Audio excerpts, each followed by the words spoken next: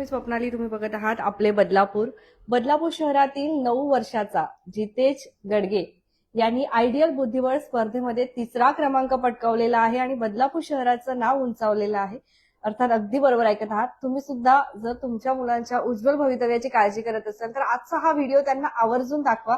कारण फक्त अभ्यास एका अभ्यास न करता आपण आपल्या मुलांचे जे काही छंद आहेत ते सुद्धा जोपासले पाहिजेत. आणि त्याचमुळे आज आपण खरं तर जितेश सोबत आपण चर्चा करणार आहोत. त्याच्या यशाबद्दल त्याला खूप खूप कौतुक करणार आहोत.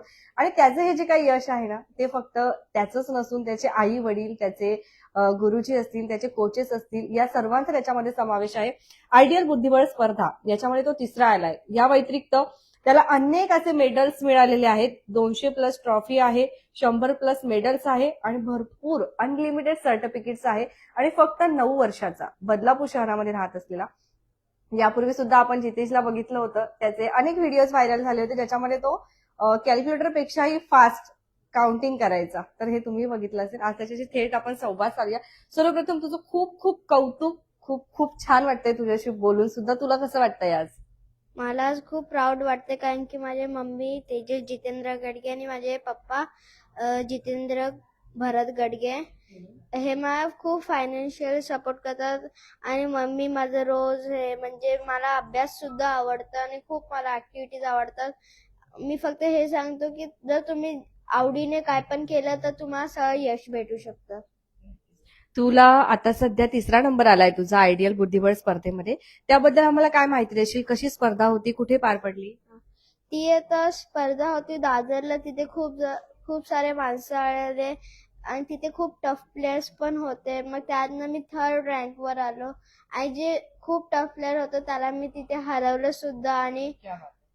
आणि मला तिथे खूप प्राऊड वाटलं की आता मला असं वाटतं की मी माझ्या मम्मी आणि पप्पांचं नाव खूप उंच करायचं.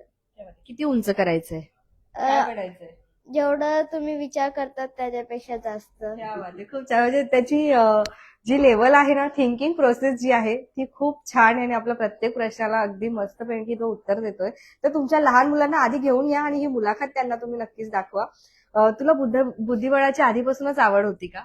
हो, मला आधीपासूनच आवड होती बुद्धिबळची. या व्यतिरिक्त तू अजून काय काय करतो? स्पोर्ट्स मध्ये पुढे आहेत? कुठले कुठले स्पोर्ट्स तुला आवडतात? मला सर्व स्पोर्ट्स आवडतात. मी स्केटिंग मध्ये 2 गिनीज वर्ल्ड रेकॉर्ड्स केलेत आणि इंडोनेशियाला मला सिल्वर मेडल भेटले आणि अबॅकसला मला $100 भेटले. दिल्लीला ती इंटरनॅशनल एक्झाम होती. क्या बात आहे. तू आता कितवीत जातोस? मी आता 4th ला आहे. आणि कुठल्या स्कूलमध्ये आहेस? मी आता हॉलिडेट high school and junior college Badlapur west Barvi dam near च्या स्कूलमध्ये आहे. तुला काय बनायचंय आता? इथून पुढे काय बनायचं आहे? मला इथून पुढे IAS ऑफिसर बनायचे. त्यासाठी मी खूप मेहनत करेन आणि त्यासाठी मी सॅक्रिफाईस करेन. सॅक्रिफाईस पण करणार आहे? Pizza, burger, junk food? ते तर करायलाच लागेल आणि काय काय जे माझ्या आवडीचं आहे ते पण सॅक्रिफाईस करेन आणि IAS बनेन. ओके. काय आवडतं तुला? मला स्केटिंग, अबॅकस हे आणि सर्व खायला काय आवडतं? मला खायला डाळ भात हे आवडतं. अरे वा. जंक फूड मध्ये काय आवडतं? पिझ्झा. पिझ्झा. हे जे बालपण असतं ना लहान मुलांचं, ते कुठेतरी त्याच्या आई वडिलांनी जोपासून ठेवलंय.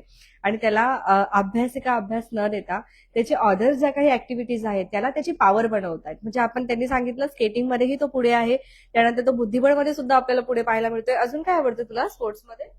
रुबिक क्यूब मी सॉल्व्ह करतो, गिटार वाजवतो आणि कीबोर्ड पण वाजवतो. कीबोर्ड पण वाजवतो. स्विमिंग पण येते तुला? हो, स्विमिंग, टायकांडो आणि स्केटिंग तिन्ही येतात. आता तुला सर्व येतं. मग आता इथून पुढे तू फक्त अभ्यास करणार आहेस का?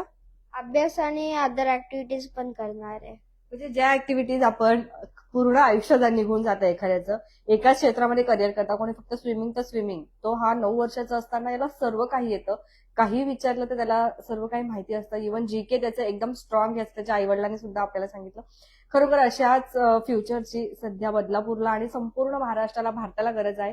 तू कुठे कुठे फिरायला गेलायस म्हणजे स्पोर्ट्सच्या माध्यमातून? मी इंडोनेशियाला गेलोय आणि दिल्लीला गेलोय आणि पंजाबला गेलोय, हैदराबादला गेलोय. असे खूप औरंगाबाद असे खूप स्टेट्स आणि कॅपिटल्स मध्ये मी गेलोय. म्हणजे तुला मम्मीला सांगावं लागत नाही का मला फिरायला घेऊन चल? तूच मार्क्स आणतो आणि तूच जातोस फिरायला? हो. ही अचिव्हमेंट असते. म्हणजे आई वडिलांच्या मागे नाही लागायचं. आपण ते मिळवायचं आणि मग तिथे जायचं आणि तिथून मेडल्स पण घेऊन यायचे. किती मेडल्स आहेत तुझ्याकडे आता? आता 100+ मेडल्स आहेत आणि 200+ हे माझ्याकडे ट्रॉफी आहेत आता. आता तुझ्या एज मधले अनेक मुलं तुला बघतायत, खूप चिमुकले मुलं आहेत, ते घरामध्ये असतात, खूप वेळेला तासंतास मोबाईलवरती त्यांचा टाइम वेस्ट करतात. तू त्यांना काय सांगशील? मी त्यांना फक्त हे सांगायला वाटतं मला की तुम्ही फक्त मोबाईलवर जास्त काय करू नका. फक्त हार्डली 10 to 15 मिनिट्स मोबाईल बघा आणि जर तुमच्याकडे रुबिक क्यूब्स आहेत तर ते तुम्ही व्हिडिओ बघून सॉल्व्ह करायला नका बघू. तुम्ही स्वतः डोकं लावून ते सॉल्व्ह करा.